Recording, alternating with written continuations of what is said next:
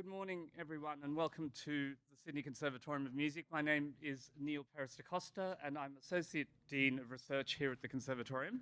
And on behalf of our Dean, Anna Reid, who's here with us, very warm welcome to everyone here. And this is such an exciting event to celebrate this wonderful exhibition that is just next door, if you haven't seen it, by Starr Abelardo.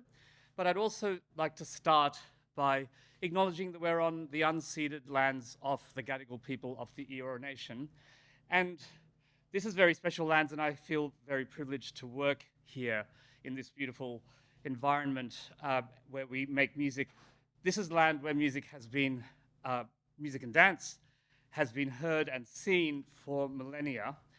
And recently, a team of us who've been working on how music sounded at the time of the first colony, have realized that amongst what was going on, the European music, the settler music, etc., Aboriginal music was heard and celebrated here, and that the knowledge that was passed on through their corroboree songs went on, despite what history books say, the Aboriginals kept on going.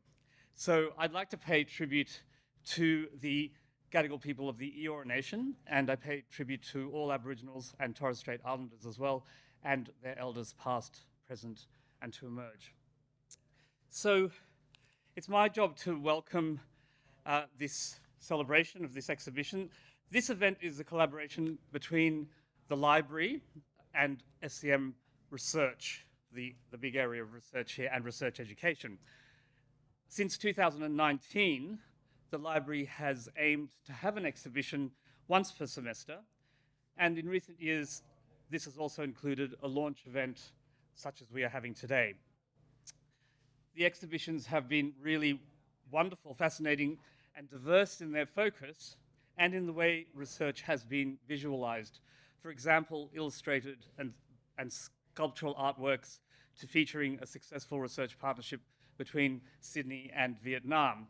So earlier this year, we had an event which was organized by the library and the con, celebrating Dr. Steve Barry's work in Vietnam, and the University of Sydney Vietnam Institute was launched very shortly after that.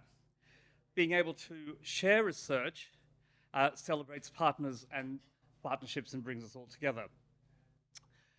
So today we are celebrating a research output that has been won through a competitive application process. Starr Abelardo, who is a PhD candidate here, a casual academic, and a research assistant at SCM, came up with this exhibition at the Conservatorium Library just next door. The exhibition is entitled Resilient Resonance, Placing Bamboo at the Intersection of Culture and Nature, and the Case of Philippine Bamboo Music. It's informed by her fieldwork with the Talaandig community in the Philippines. I hope I've pronounced that correctly. Starr's research explores how Philippine bamboo music redefines resilience by blurring the dichotomies of tradition, innovation, foreign, local, and cultural commodity. So without further ado, I'd like to introduce Honorary Associate Professor Mano Moro, who's a musicologist from the University of New South Wales, to address us. Thank you very much, and enjoy the event. Thank you, Neil. I'm very happy to be here this morning, not only to make a contribution to Starr Abelardo's research showcase, but to come back to my alma mater. I was part of the first cohort of the first Bachelor of Music at the Sydney Conservatorium back in the Jurassic era. So really happy to be here today for those two reasons. So the organisers of this event have sensibly asked me to speak for a limited time. So I've written out a script just to make sure that I don't go over. So the title of my talk is The Social Life of Bamboo Instruments, Cultural Exchange and Commodity Past, which I hope will segue nicely into Starr's presentation. So what I'd like to say today is not just about music, it's about how bamboo as a material spreads and threads through cultural, ecological and artistic tapestries of various communities across the world. As an ethnomusicologist with 40 or so years of experience studying the musical traditions of the Philippines, Indonesia, southern China, and Ghana, I've observed how bamboo instruments embody complex cultural narratives. In a manner of speaking, musical instruments, like people, have social lives. They accumulate histories as they move through different contexts, acquiring and losing value along the way. Bamboo instruments in various parts of the world exemplify this concept, serving as both cultural artifacts and commodities in a globalized world. So bamboo is not merely a resource, but holds a central place in the narrative of material culture.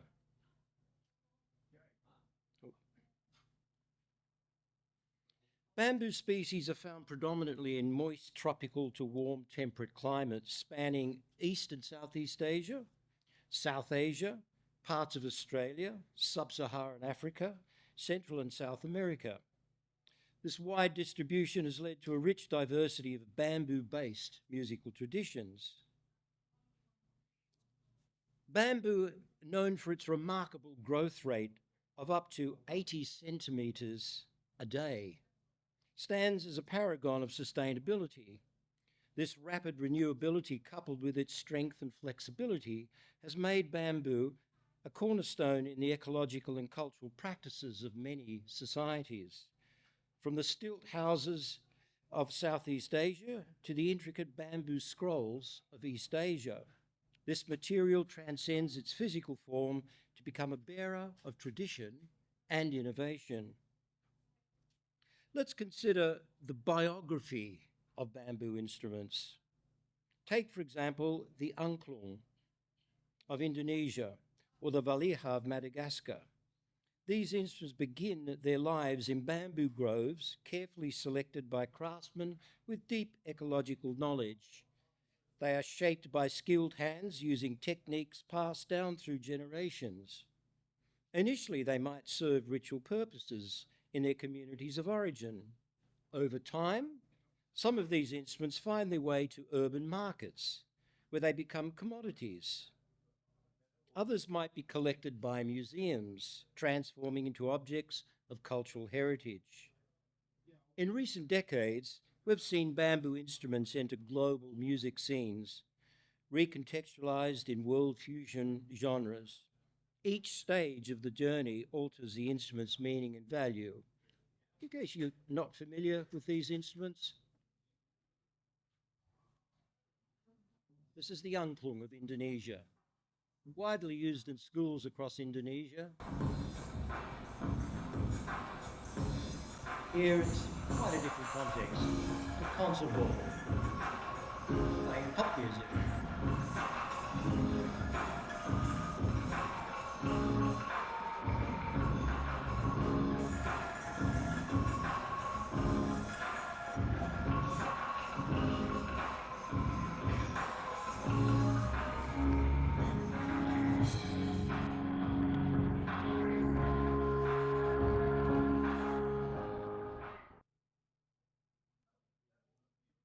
And now, example, one of my favorite bamboo instruments, the valija from Madagascar.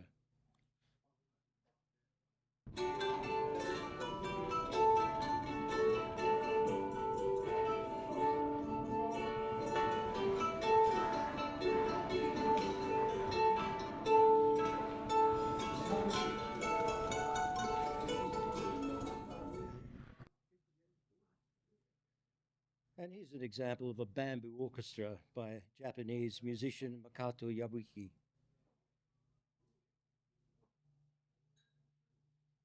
In a contemporary setting, contemporary music setting.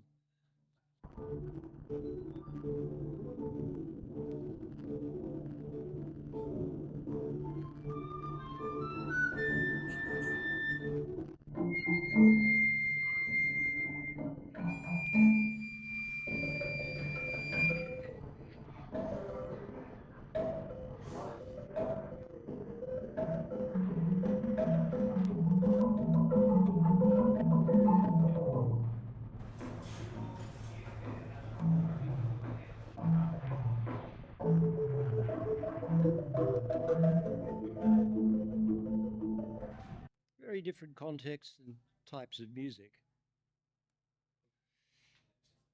Bamboo instruments move through different regimes of value as described by Arjun Appadurai in his seminal work, The Social Life of Things.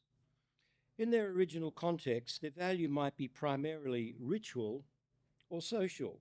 The Balinese, for instance, produced musical patterns on bamboo sound instruments valued for their role in agricultural practices, primarily scaring away birds, crops, and things like that. But they're also valued for their sounds in musical practice, thus serving a dual purpose. These acoustic tools and musical instruments also find potential commodification in tourist markets. Now here are this particular agricultural tool, which is you can hear across Bali.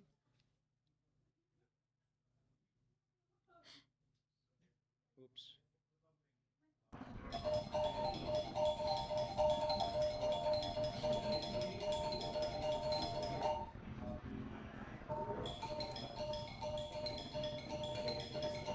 You'll hear these in the rice fields across rural parts of Bali. Now, anyone familiar with Bali or Balinese music will know that this is very much related to this instrument, or the sound at least, the rindik.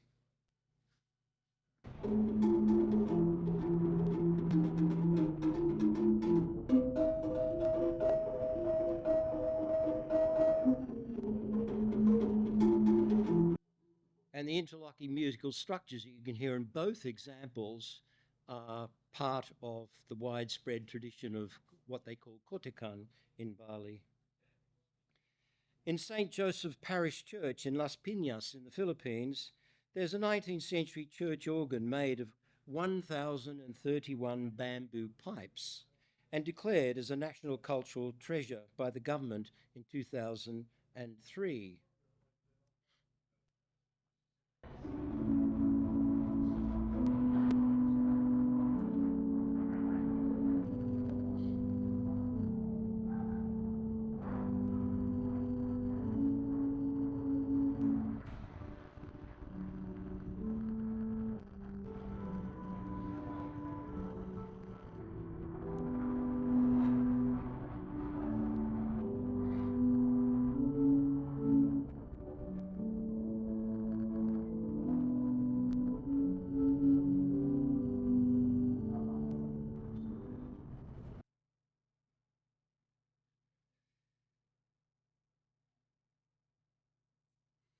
When bamboo instruments enter the market, they acquire economic value. A Japanese shakuhachi bamboo flute might be priced based on its craftsmanship or rarity. This one that I just found on Google is $5,500. In world music scenes, bamboo instruments gain aesthetic value, prized for their authentic or exotic sound. More recently, we've seen bamboo instruments acquire environmental value, as they are celebrated as sustainable alternatives to instruments made from endangered hardwoods. The adoption of bamboo in crafting harps, guitars, and ukuleles exemplifies Appadurai's notion of shifting regimes of value, as this tropical material transitions from its traditional use in indigenous instruments to acquire new cultural and economic significance in the production of Western musical commodities, thereby accumulating a complex biography that spans diverse cultural contexts. The development of bamboo instruments modelled on brass and reed instruments in Indonesia, particularly in Sulawesi, illustrates these shifting regimes of value in reverse, as local craftsmen innovate to create affordable bamboo versions of trumpets, saxophones, and tubas, allowing village musicians to perform Western-style brass band music and marches, thus transforming the cultural and economic value of both the music and the bamboo material in the local context. All made from bamboo. Extraordinary.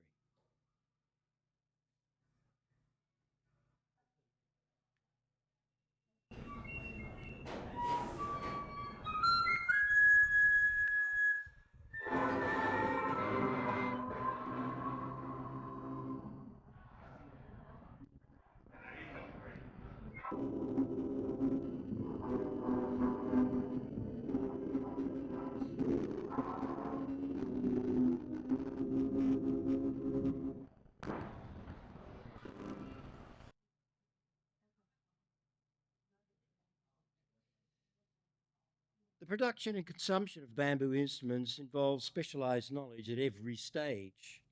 The knowledge is a crucial part of the object's social life. The craftsperson must know which bamboo species to use and how to cure it properly. Musicians must develop specific techniques to play these instruments. In global markets, dealers and collectors cultivate expertise to authenticate and value these instruments. This layering of knowledge contributes to the instrument's value and meaning in each context it enters. Finally, we must consider what Padre calls the politics of value. The value of bamboo instruments is constantly being negotiated in various arenas. Cultural heritage discussions debate how to preserve traditional instrument making techniques. Environmental sustainability advocates the promotion of bamboo instruments as eco-friendly alternatives. World music marketers emphasize the authenticity of these instruments. Each negotiation reflects broader cultural politics and power dynamics. My last example is the Vayali group from Kerala in India, which exemplifies the notion of shifting regimes of value in a unique way, as its members simultaneously act as players, makers, and advocates of their bamboo instruments, creating a self-contained ecosystem where traditional craftsmanship, musical innovation, and cultural preservation converge. In so doing, they imbue their bamboo creations with multifaceted value that spans artistic, cultural, and environmental domains.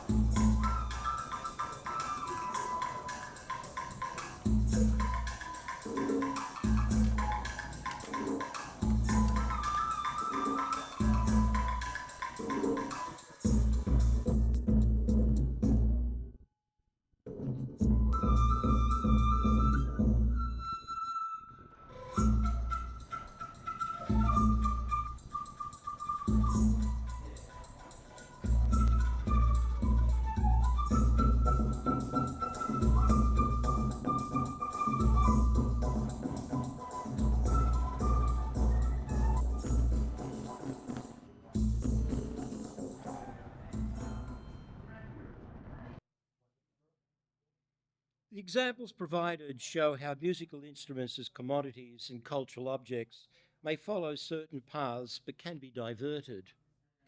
Traditional bamboo instruments often followed predictable paths from craftsmanship to local musician. However, global trade and tourism have created new diversions. A Laotian cane mouth organ might end up in a European World Music Festival, or a Filipino palendag flute might find its way into a museum collection in North America. These diversions create new meanings and values. A bamboo instrument in a museum becomes a representative of an entire culture, bearing a weight of meaning it might never have had in its original context. By examining bamboo instruments as we have today, we can see how these objects embody complex cultural exchanges and value transformations. They are not just static artifacts, but active participants in a social and economic process across various geographies. Understanding this social life enriches our appreciation of their role in cultural dynamics and global flows. Thank you.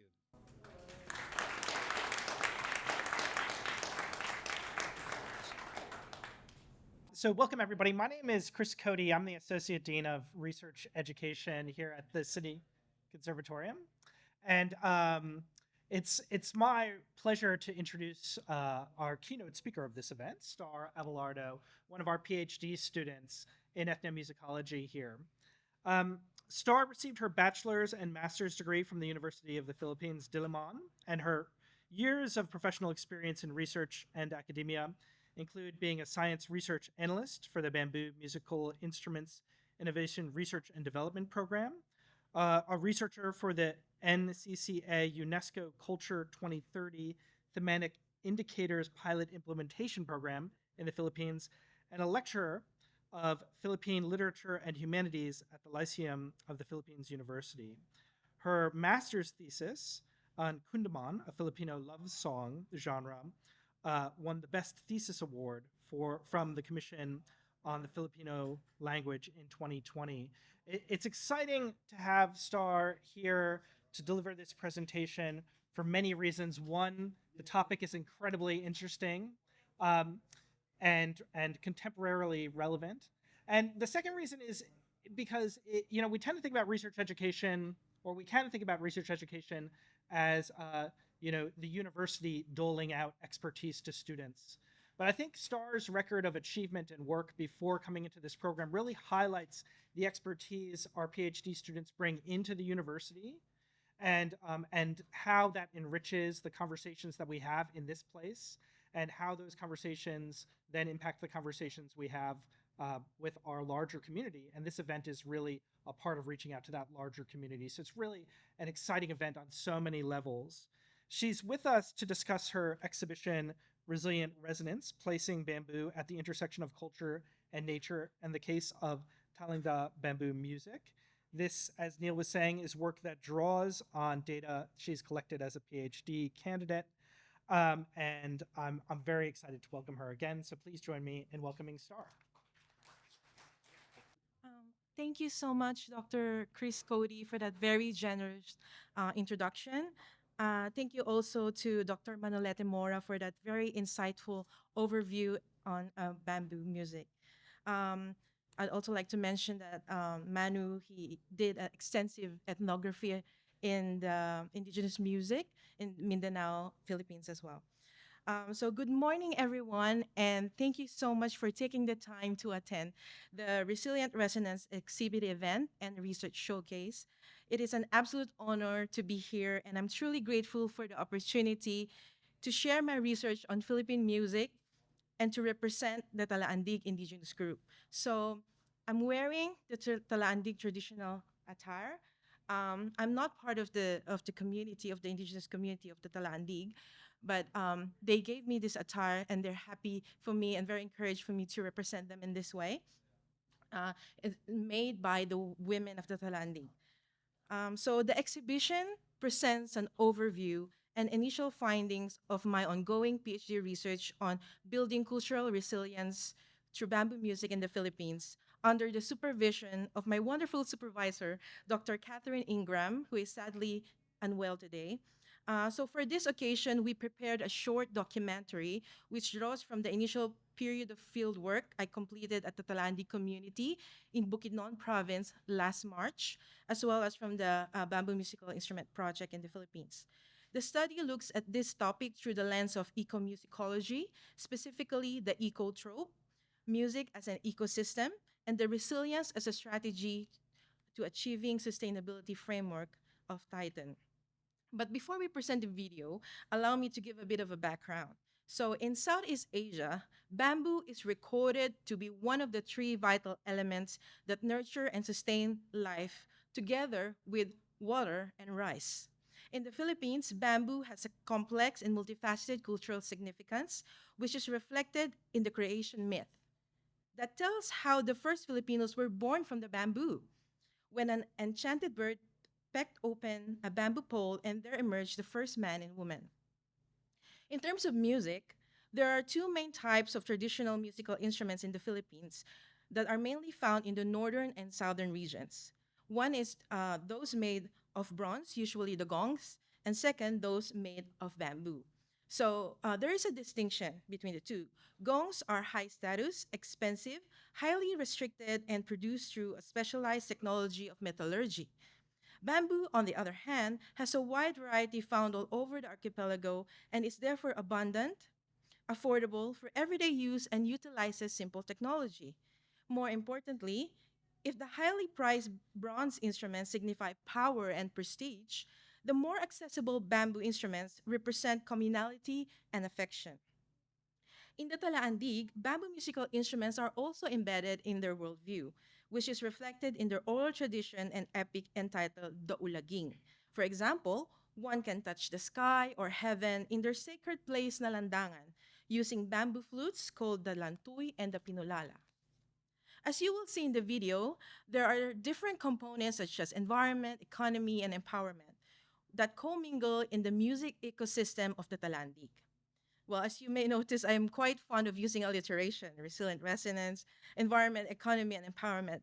But by empowerment, I mean identity. Because despite their gradually renewing pride for their culture, the Talaandig still find themselves negotiating the intricacies of identity in a highly globalized and modernized world. Gathered from interviews, conversations, and thoughts expressed in social media is a lingering sentiment that they are being discriminated against, eliciting feelings of shame and fear of losing their identity. But this is not isolated to Talaandig, for their experiences mirror that of numerous other indigenous groups in the Philippines. Just as the Talaandig epic hero Agu reclaimed their territory na landangan from the enemy, it is with a sense of determination that Waway Saway, the culture bearer whom I work with, proclaimed, and I quote, I would like to help our original culture to reemerge, help people to understand who they are and what they were. End of quote. But as times change, resilience in this context pertain not only to the preservation of traditions, but also to one's ability to adapt to change while maintaining identity and agency. Music, different aspects of musical expression, and instruments are also therefore reshaped. For the bamboo musical instruments, because of the absence of the restrictions associated with bronze instruments, they easily lend themselves to innovation and creativity. So, through this small event and research presentation, it is my hope to inspire that although we are talking about bamboo as a resource and raw material for musical instruments, like how it has been considered as a principal tool in the cultivation of civilization and a conduit of culture and natural environment, it is more than the physicality of the materials we use for the instruments, but the principle behind the creation of a sense of place and interconnection with one another, creating the right relationship with ourselves and the planet, and our core values, and the right relationship between one another that is really essential to building more sustainable systems. Thank you.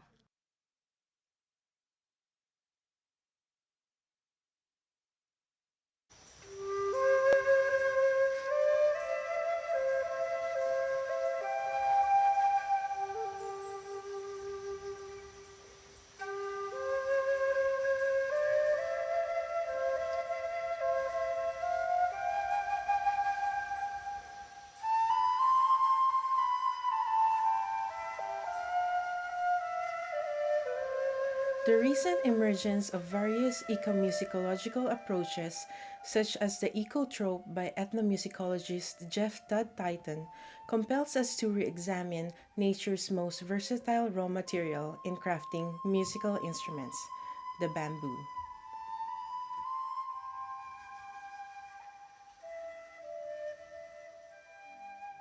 Amongst many communities in the Philippines, bamboo musical instruments are diverse and widespread and considered crucial both for cultural maintenance and socio-economic survival.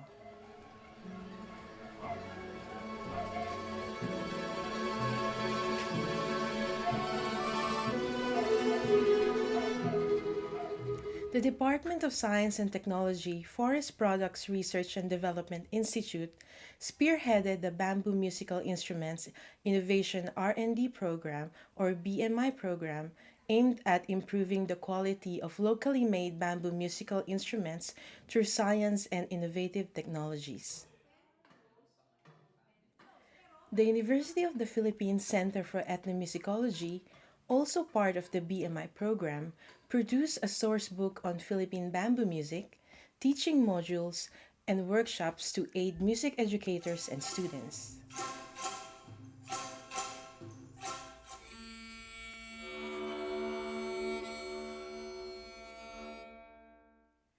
In harmony with these pursuits is an indigenous community with a remarkable and innovative bamboo music culture, the Talaandig tribe.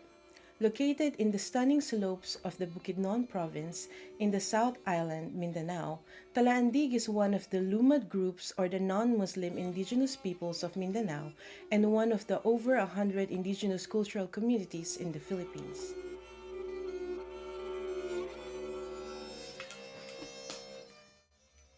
Datu or chieftain, Rodelio Waway El Saway, a Talandi culture bearer, musician, artist, educator, and municipal councilor of Songko Lantapan in Bukidnon, has been innovating bamboo and wood instruments for decades, most notably the tambuleleng. His innovative approach and practices paved the way to his global recognition as he performed in different countries with his adventurous, contemporary sound that keenly projected his ethnicity as it embraced globality, fusing elements of rock and reggae with indigenous melodies and timbres. Coming from a kin of revered chieftain peacemakers and proponents of the very first schools of living traditions in the country, Waway is also a mentor to many Talaandig musicians, instrument makers, and soil painters.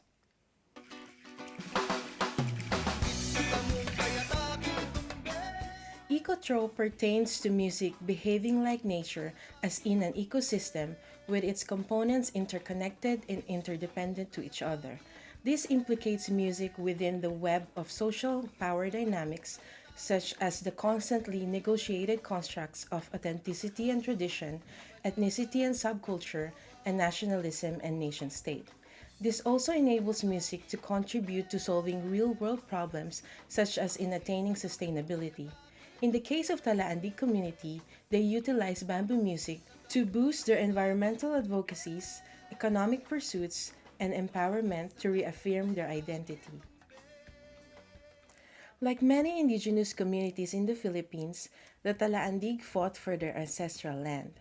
Having their worldview, value systems, and survival tied to the land, the Talaandigs uphold their role as custodians of the environment. Cradled between Mount Kitanglad and Mount Kalatungan, referred to as Father Mountain and Mother Mountain respectively, is the forest that supplied their food, materials for their shelter, and medicine for their family. Bamboo is an essential resource for creating dwellings, in climate change mitigation, and as a raw material in music making. For instance, the scarcity of the Balacanas bamboo species meant losing the pulala traditional instrument that required longer notes.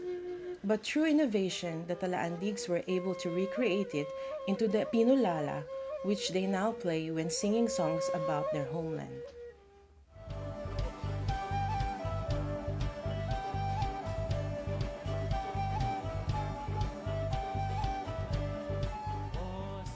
Bamboo musical instruments are also a source of livelihood for the Talaandig and contribute to their pursuit of sustainability.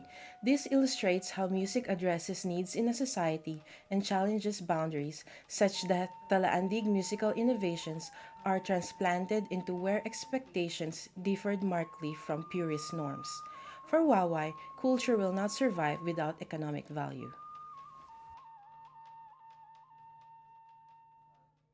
Kailangan mo na magkaroon ng pera kasi pagbiyahe ka, pupunta ka ng ibang bansa. Hindi tulad noon, kalabaw mo lang dyan. Sakay ka ng baka, tapunta ka lang, ano? Or kung hindi mo kayang sumakay ng baka, wala ka din maglakad ka, makakating ka sa papuntahan mo. But this time, ano siya? Pag ang pangailangan mo noon versus pangailangan niya, di ba na? Now more than ever, the Talaandigs need to be empowered as they continue to fight for representation through the ongoing IP code negotiation. One way in which they reaffirm their identity is through bamboo music. Although bamboo musical instruments are sonic markers, ethnomusicologist Hans Brandeis deemed that they are not suited as cultural identifiers since they can be found almost identically constructed in different regions of the Philippines, unlike the boat lutes that represent a specific cultural background and ethnic group. It has therefore become meaningful for the Talaandig to put their own stamp of creativity and innovation on the instruments. Ultimately, the twanging of mouth harps, buzzers and zitters, the percussive sounds of tubes, and the rasping of scrapers, which Filipino ethnomusicologists refer to as counter-hegemonic sound impulses, convey to the world who the Talaandig people are. proclaiming their culture and identity according to their own terms. Bamboo music innovations demonstrate how music possesses the ability to not only challenge boundaries but also transform them to accommodate the parameters of changing surroundings and circumstances.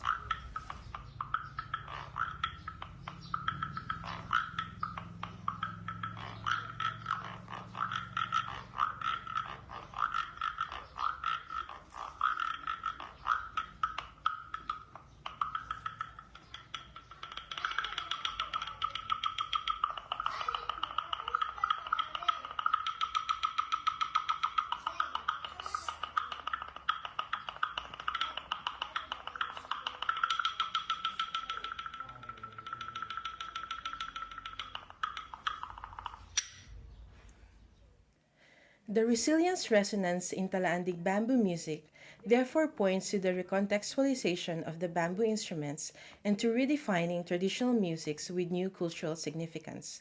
Like the musical traditions themselves, the instruments undergo a redesign to function in new contexts, such as the more modern settings of performances and informal instruction, thus creating and maintaining relevance to today's Talaandig communities, students, and a wider global audience.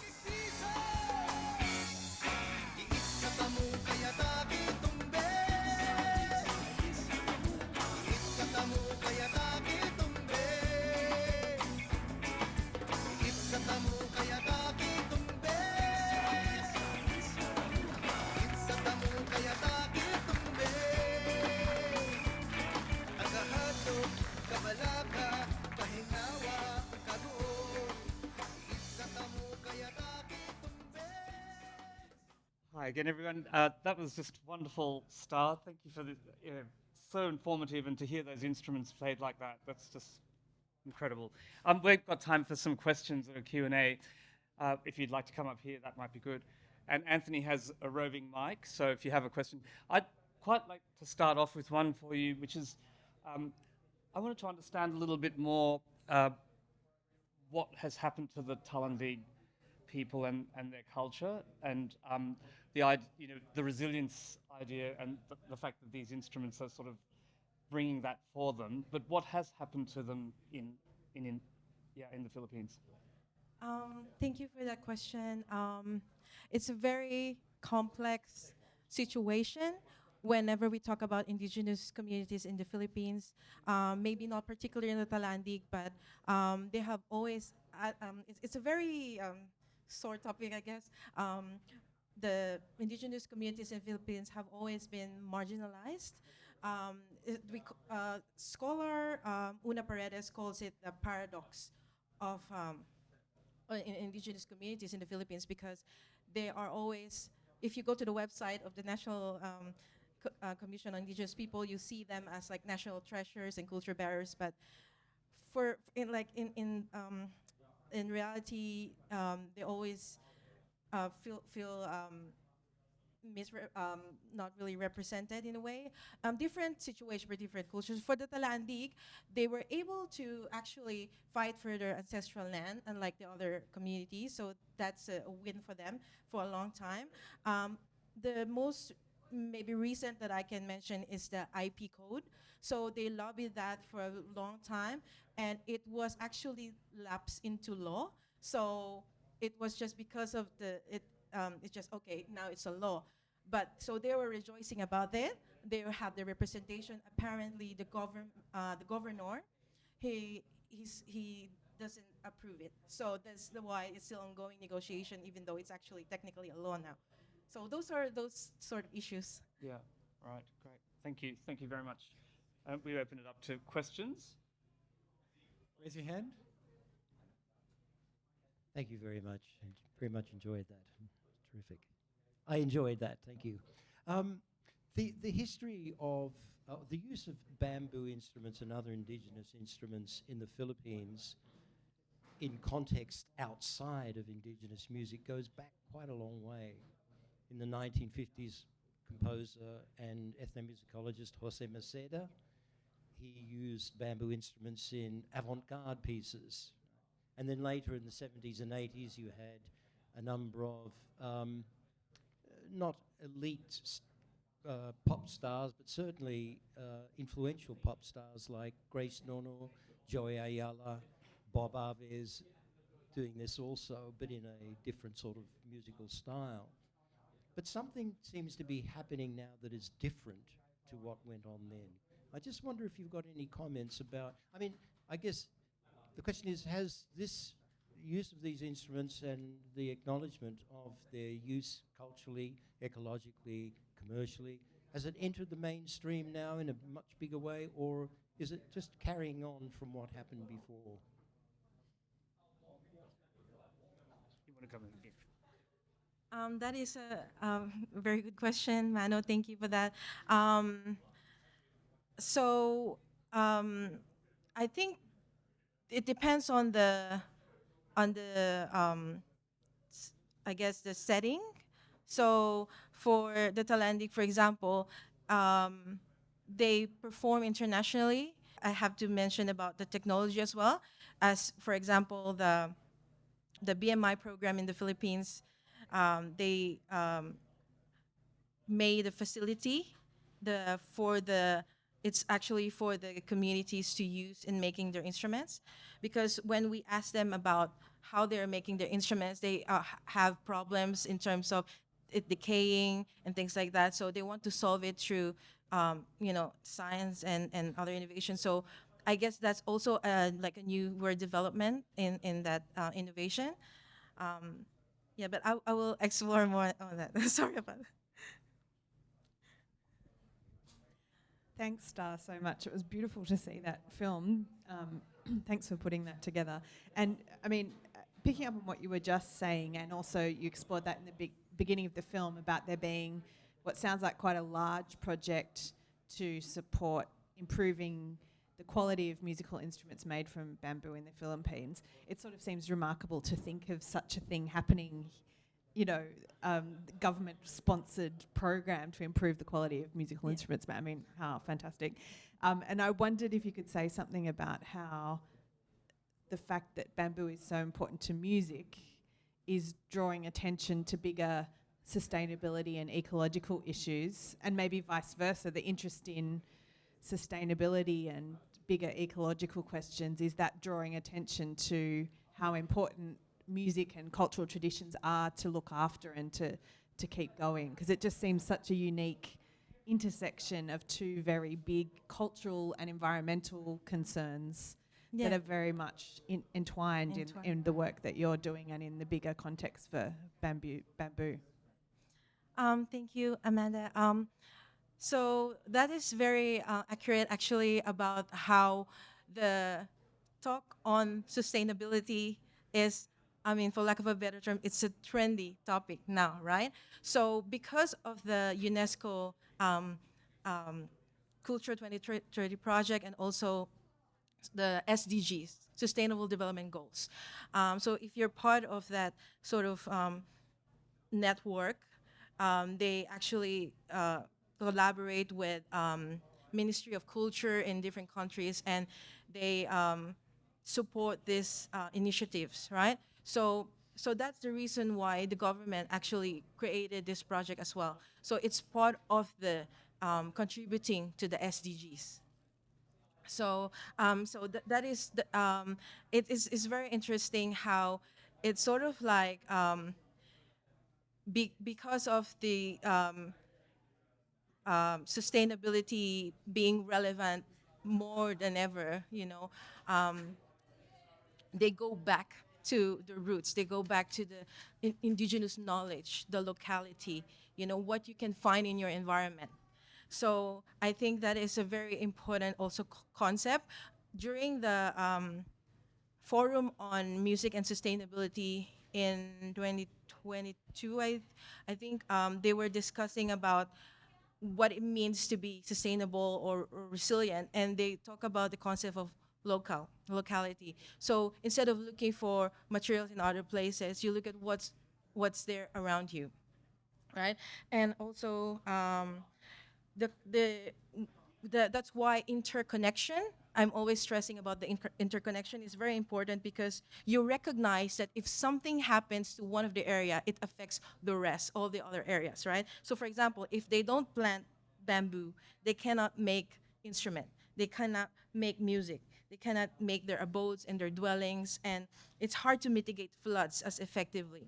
So just to quote, for example, Wawai, he was saying that sometimes we even prefer planting bamboo than trees because trees, you wait for a very long time and then they just cut it, the illegal loggers, but bamboo, it's more sustainable. Like in 3 years, you already have abundant supply and it does the job, in mitigating.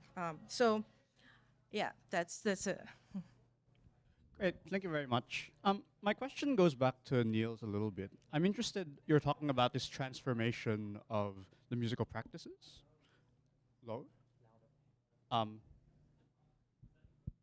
Yeah, and I'm curious when they're changing their musical practices, to what extent it's thought of as engaging with the national, like mainstream Filipino culture, or a more global kind of transnational engagement with a wider sort of environment outside of the Philippines? It's both. I think it's both because the idea is to adapting to the changing times and keeping it relevant. Keeping it relevant. So it's both. It's a combination of everything that they love, that they need. So it's all reflected in the music. It keeps on evolving. So yeah. So but I think one important thing that I can mention in this, I think you didn't mention this term, but it's relating to, I guess, the concept of authenticity.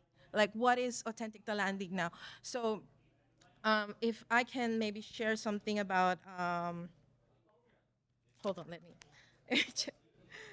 Okay, so again, the concept of locality, right?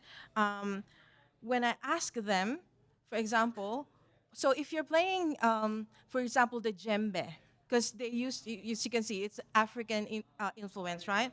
But for them, there is no issue, there is no conflict, because when I ask them, they use the term substance. So, for example, well, as long as it has the substance, and I ask, what is this substance that you're referring to? And it's actually a lot of things. It's many things. For example, when they use the djembe, they actually use traditional rhythmic patterns. Still, they have specific name and context, like specific beats that is also traditional to Talandi. And when they use the rain stick, it's South American influence. But the seeds that they use is from the colintas flower that they found in their environment. And the Joe harp. Joe harp is very prevalent to a lot of indigenous communities in the world, the mount harp, right?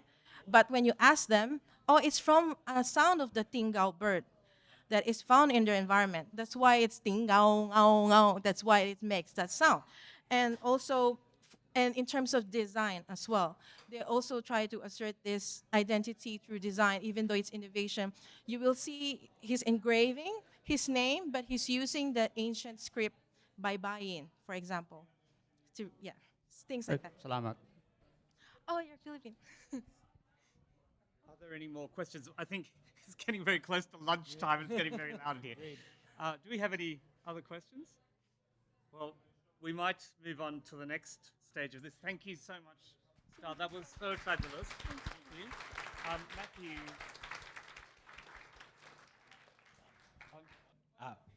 Wonderful. Just a few closing remarks as I understand that I'm between us and lunch. So my name is Edward Luker and I'm the Associate Director of Academic Services at the University of Sydney Library. And our teams deliver services supporting academics in research and in education. Just wanted to acknowledge what a fantastic partnership this has been between the library and the Sydney Conservatorium of Music Research. It's a key sort of tenet in our strategy, but it's about partnership being at the heart of what we do. And I think that this collaboration really sort of acknowledges that.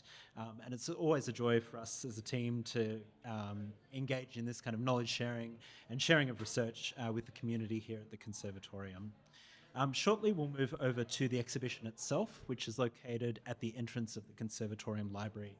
And the exhibition will be displayed there until the 4th of October, which is a Friday. I'd particularly draw your attention to some QR codes next to the instruments. That'll take you to some audio clips so you can hear the instruments in action. That's very interesting. For those potentially other research students in the room who are interested in sharing your research in a forum such as this one, we do have a QR code on the screen now for those who are interested in presenting at a future research exhibition, looking for semester 1 and semester 2 of 2025. An event running as smoothly as today requires the work of lots of different people, and we wanted to thank and acknowledge a number of people here today. Not able to list everyone, but we're very grateful for your work.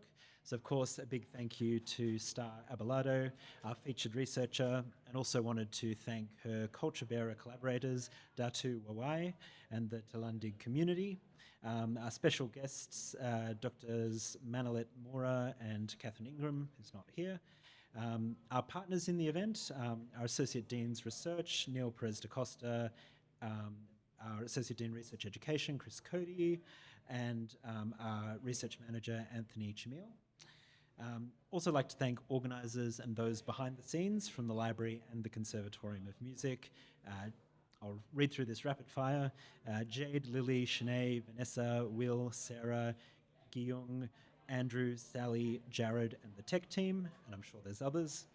So we'd invite you now to head on over to view the exhibition just at the entrance to the library.